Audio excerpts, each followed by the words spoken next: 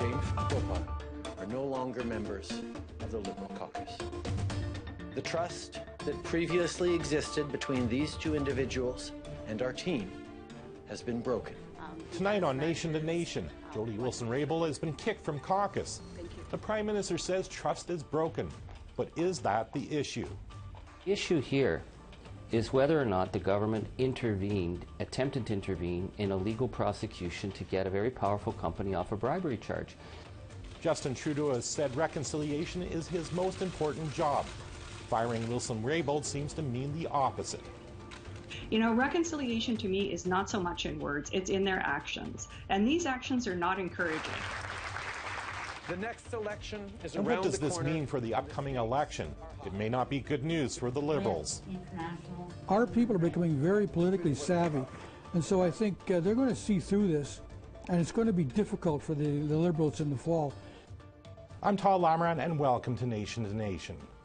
Jody Wilson-Raybould says she was trying to protect the Prime Minister on a taped conversation between her and Michael Wernick, formerly the most powerful public servant in Canada.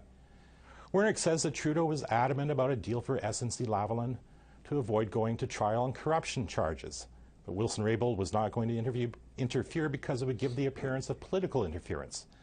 Now we know what happened to her, as the Prime Minister called it unconscionable that Wilson-Raybould recorded the conversation and booted her, along with Jane Philpott from the Liberal government's caucus. So let's get right to our political panel. I'm joined today by the Parliamentary Secretary for Indigenous Services, Dan Vandel, the Shadow Minister for the Conservatives for Indigenous Affairs, Cathy McLeod, and NDP MP Charlie Angus. Welcome to Nation to Nation. Good to be here. Mr. Vandel, I'll start with you today. I mean, how can you support the Prime Minister over Jody Wilson-Raybould? Well, first of all, I want to say that it's unfortunate that we had to lose two members, such as Jody Wilson-Raybould and Jane Philpott.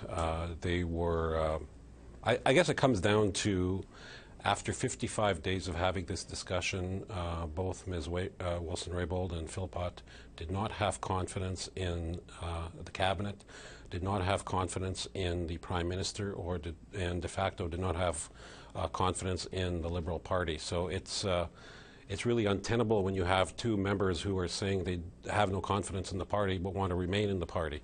So much like a marriage without love, if you have no trust, no confidence between members in the political party, that's not going to work. So I think it was quite clear that a decision had to be made. I want to say our Prime Minister gave Ms. Wilson-Raybould extraordinary opportunity to testify. He waived cabinet confidentiality. He waived solicitor-client privilege. She testified for 4 hours on this issue, and the issue dragged out for 55 days, much to the pleasure of the other parties in the House of Commons. So a decision had to be made, and I think it was the only one to make. But of course, these two people in particular, and let's include Jane Philpott in this, for Indigenous people were really the faces of reconciliation. I mean, my Facebook newsfeed blew up when this happened yesterday. So how can the Prime Minister really push this nation-to-nation agenda when these two people were kicked out of caucus? What's important, Todd, is that reconciliation is more important, it's wider and grander than a single individual, than two single individuals. I'm proud of the work that the Liberal Party have done. We've found $16 billion of new money to build new schools, to invest in health care. We've removed 81 long-term drinking water advisories. And actually what's happening is that issue was taking away from the other important issues that affect Indigenous people. Right now, the Conservative government are filibustering in the House of Commons. They're delaying discussion, debate on the child welfare legislation. They're delaying discussion and debate on Indigenous languages. So I think if we can get beyond this issue, this Lavalin issue, and actually get to the issues that matter to Indigenous people, which are child welfare, which are Indigenous languages, and the $4.5 billion of new money in the 2019 budget. Ms. McLeod, I'll get your response because there is important legislation that Indigenous people are interested in that has been kind of put on hold right now.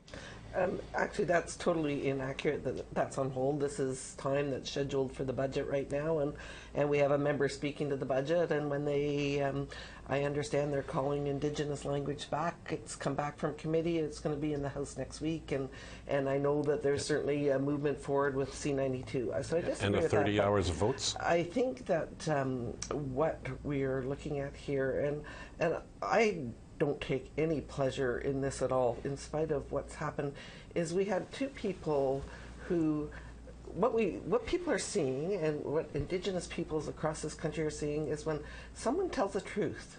And we have to remember this goes back to something that the Prime Minister and his office did, which quite frankly could be very serious in terms of interfering with a criminal prosecution. When someone exposes that, they're the ones that get punished. And certainly if I look at former Minister Philpott, Indigenous Services, did good work. And, certainly we don't always compliment the government in terms of its work, but, she had a reputation across this country for being solid. What did she do wrong? She said we need to stand up. Sometimes morals mean more than party. And so I think every single member of the Liberal caucus really needs to look at what happened and really think about what these women have said. And really, I think, quite frankly, it's done significant damage to the reconciliation agenda. Mr. Angus, you've now after the fact, I guess, have certainly praised Jody Wilson-Raybould for integrity and Ms. Philpott. But how can you do that after, for example, you asked for Jody Wilson-Raybould's head on a platter, basically, over how she handled the St. Anne's residential school file? I think the handling of the Liberal government of the St. Anne's residential school file, which is Carolyn Bennett is the lead, and Jody Wilson, to me, is something I'll never come to terms with in terms of the willingness of the government to go after those survivors. But the issue here is whether or not the government attempted to intervene in a legal prosecution to get a very powerful company off a bribery charge. And I have to say that Ms. Wilson-Raybould's testimony was staggering in its accuracy, in the way she laid it out, and the government was unable to respond. So what did they do? They shut down the hearings. They shut down an investigation into whether the Prime Minister's office inappropriately attempted to help very powerful people. And then they started to make it personal very quickly. I mean, we started to see the attacks against Ms. Wilson-Raybould. We started to see these accusations of her attempting to interfere in the Supreme Court nominations. We saw this accusation of an Aboriginal agenda. But I have to say, in the last few days, to see the Liberal caucus stand in front of the media, member after member, and attack Jane Philpott and Ms. Wilson-Raybould as being seedy. They use the word repugnant, unethical. They personalize this to such a degree that people in my region are shocked. And Jane Philpott, and I will say this, I have fought with every Indian Affairs minister for 15 years. Her commitment to people, her commitment to Indigenous reform, she was making a difference. I think that this is a real question about the judgment of the Prime Minister, that he would allow his caucus to make this so vicious, so personal. And the Indigenous people in my region, they're watching this and they're saying, wow, the first time in history, two powerful women stood up to a powerful white man, and look what happened, the kind of vilification. That is the question that I think Mr. Trudeau has to answer. Does the NTP still want an independent inquiry at this point? Will it do anything? We certainly need an independent inquiry. I mean, we have to find out whether or not the top people in the Prime Minister's office attempted to get a company charged with international bribery and corruption off charges. That's the issue. It's not whether Ms. Wilson-Raybould is a nice person, whether she recorded a conversation, whether she was hard to get along with. The question is that she said clearly in public that this interference undermined the rule of law, and they lost the head of the chief of staff, they lost the clerk of the Privy Council, they've lost 3 top women. We have 5 former attorney generals say that this is brazen interference and have asked for an RCMP investigation. The Liberals want to change the channel on this, but this is about the Prime Minister's office interfering in a legal court case, and that is not going to get settled soon until the Prime Minister comes clean and says we will get an open, clear, independent investigation. Ms. MacLeod, does the Conservative Party still want a resignation from the Prime Minister, or should we just let the voters decide in October? Well, absolutely. If you look at the compelling evidence that the former Attorney General presented to Canadians, I mean, I think it's pretty clear that they were putting undue pressure on her role, in her role as the Attorney General. And if you look at the Prime Minister, every time he turned around for the last 8 weeks, his story changed. At first he said the story was false, and then he said, well, there was a little bit of pressure. He has continually changed the story, and now all of a sudden it's about someone that provided proof that what happened happened, and they're the bad person. So if you tell the truth, they're the ones thrown out of caucus. So, absolutely, I think he doesn't have the moral authority to govern any longer. I do agree that, really to get to the bottom of it, we need either a public inquiry, and certainly I'm not sure that there's some criminal issues that need to be investigated, and I would expect the RCMP are doing their due diligence. Okay, and Mr. Vandal, you're shaking your head. I will give you the last word on this. Well, you just heard Charlie Angus 3 minutes ago say Jody Wilson-Raybould's testimony was staggering in its accuracy. Jody Wilson-Raybould said unequivocally, number one, no laws were broken during this whole process, and number two, it was always clear that the final decision was hers as Attorney General. And let's not forget that as we tape this, as I speak, SNC Lavalin are getting prosecuted by the Government of Canada. So you can't have it both ways.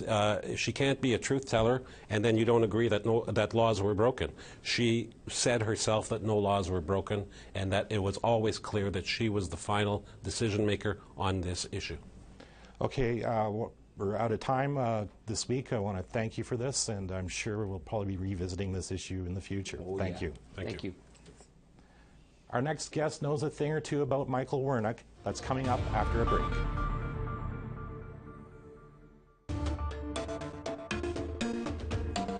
Welcome back. The scandal swirling around the Prime Minister shows no signs of letting up. But who is Michael Wernick? He was named Clerk of the Privy Council by Justin Trudeau. Wernick stepped down just before the recorded conversation between him and Wilson-Raybould was released this week. But he also served under Stephen Harper and the Conservatives as Deputy Minister of Indigenous Affairs. And our next guest knows all about him. Cindy Blackstock is Executive Director of the First Nations Child and Family Caring Society. Welcome to Nation to Nation, Ms. Blackstock. Thank you for having me. First, Ms. Blackstock, what's your reaction to Trudeau kicking Jody Wilson-Raybould out of caucus? You know, I'm disappointed because I guess I really do believe that she did this on principle. And I like politicians who have got a strong sense of who they are and have the moral courage to stand up for those beliefs. Even if I disagree with those beliefs, the fact that people operate from a place of principle and in the public interest is something I admire. So I'm sad to see her go. What does this say about our country when a strong Indigenous woman is exiled for speaking her truth? Well, I think it says that there needs to be much more space in politics created to really accommodate Indigenous voices in Parliament and in government in general. Even at the highest levels of Indian affairs, I don't know of anybody who's Indigenous at that level. And I think that there's a reason for that, and that is that those climates and those cultures, while they say they welcome Indigenous peoples, they haven't shifted the way that they think and operate in a way that really welcomes and respects Indigenous voices. Wilson-Raybould and Jane Philpott were often seen together as the face of reconciliation. How much of a setback is this to the government's pledge to reconciliation? Well, I think it is a setback, but I look at every day as an opportunity. I want to see government actually show us that they're serious by complying with the Canadian human rights orders, by implementing the recommendations of the coming MMIW report, by respecting land rulings and those types of things. You know, reconciliation to me is not so much in words, it's in their actions. And these actions are not encouraging with the kicking out of these two women who were real, you know, I critique both of them when they're in their files. I didn't agree with everything they did, but they were committed to kind of a broader sense of reconciliation and doing what they felt was right. And I admire that. Of course, this all involves Michael Wernick. So how well do you know him? I actually know of him very well, in that he was Deputy Minister of Indian Affairs during the entire time that we were litigating the Child and Family Services case, Todd. And what was concerning to me is that there was document after document that showed that the department at the highest levels knew that they were discriminating against these children and their families, knew that that discrimination is resulting in another wave of children being separated from their families and all the harms that come with that. And yet they continued to do the wrong thing. They continued to fight to keep that discrimination going. And one thing that stands out with regard to Mr. Wernick is that you remember the government for the longest time was saying there are no Jordan's Principle cases. We don't have to worry about Jordan's Principle because we've looked around and there are none. And that was despite the First Nations and groups like the Canadian Pediatric Society and others saying, yes, we have cases. Michael Wernick actually gave the public servants involved in the case, involved in that discriminatory action, the highest award given in the public service. It was a Deputy Minister's Award. So under his leadership, that type of discrimination was not just normalized, it was award-winning. And of course, the retaliation. So when it comes to the spying incident, do you blame Wernick or the people he directed to spy on you? Yeah, like that happened, and it turned out to be roughly 189 different public servants from the Departments of Justice and Indian Affairs. And the reason that they were trying to do this surveillance is to find some kind of ill motive, if you like, for filing the case, right? Because they were losing in court.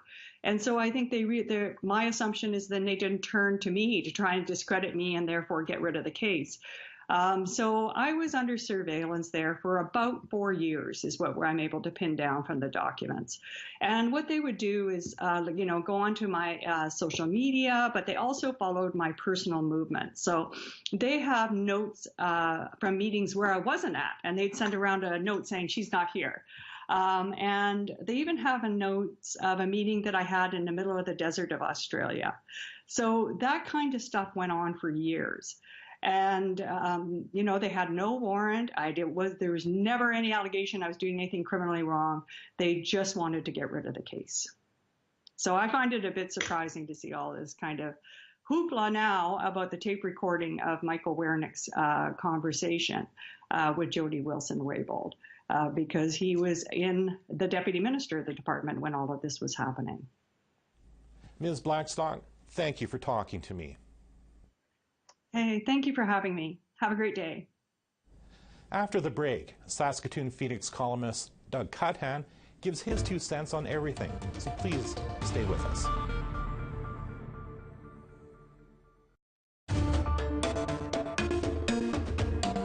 Welcome back. The scandal has been all about a deal for a company to avoid prosecution. Jody Wilson-Raybould didn't want to interfere, and the Prime Minister did. But as more and more comes out, there's an underlying issue at hand here, and it has to do with reconciliation or the promise of it. Our next guest thinks maybe that's where this scandal all begins. And he's Doug Cuthan, columnist for the Saskatoon Star-Phoenix. Welcome to Nation to Nation, Mr. Cuthan. Well, thank you. Now, everyone is talking about the SNC-Lavalin scandal here, but do you think the problems began much earlier, like last September? Yeah, I think the problem began earlier when Judy Wilson-Raybould was busy changing the rules for consultation with First Nations, and she was recognizing Indigenous rights, the UNDRIP, the United Declaration, and other important pieces of legislation and protocol that had been in place. And the old guard was kind of upset with her about that, especially the clerk of the Privy Council, because he was the former deputy minister of Indian Affairs, and she had clashed with them before, so it seemed like this second clash was actually brought on by the first one. Has there been any evidence where things did go wrong on the reconciliation file? Yeah, well, I think when Jody Wilson-Raybould discovered that she was going to be let go from her position, 2 days later she posted changes to consultation, which had been just in the discussion stages. So yeah, she was. I think she was prepared to make that break, and I think she knew that her time was up. Where does the Trudeau government go from here? Is its Indigenous file in shambles now? Well, they've got an awful lot of cleaning up to do, and I don't know if they can do it. There's a couple of pieces of legislation that they might be able to ram through before the end of this session. That's to do with First Nations or Indigenous languages and child welfare. If they can get these two through, that may, be a bit of a reprieve for them. What about Bill C-262? That one's been stalled in the Senate. Is that necessary for reconciliation? I think it is. I think it's important. If it's stalled in the Senate, that's kind of out of the hands of the government. So it can, it might be, they might let that one go.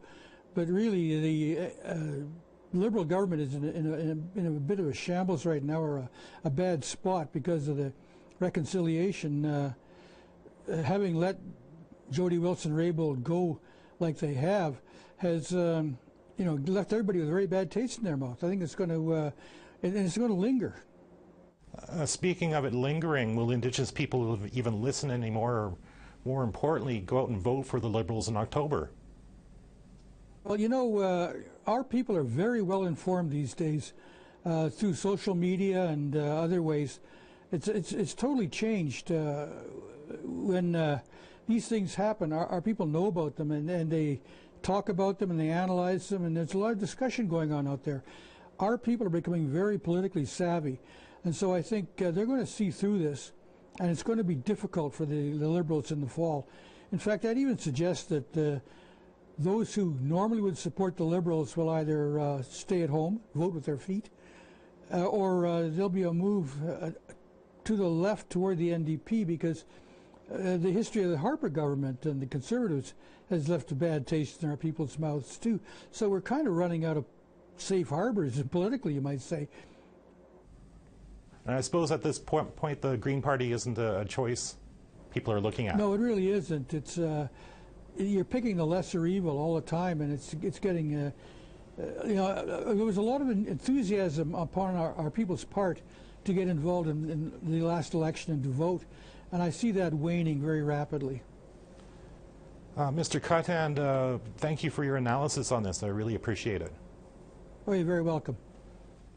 That's our show for this week, and if you missed any part of it or any other, you can check out our podcast. Go to aptnnews.ca/podcast. I'm Todd Lamarand. Thanks for watching.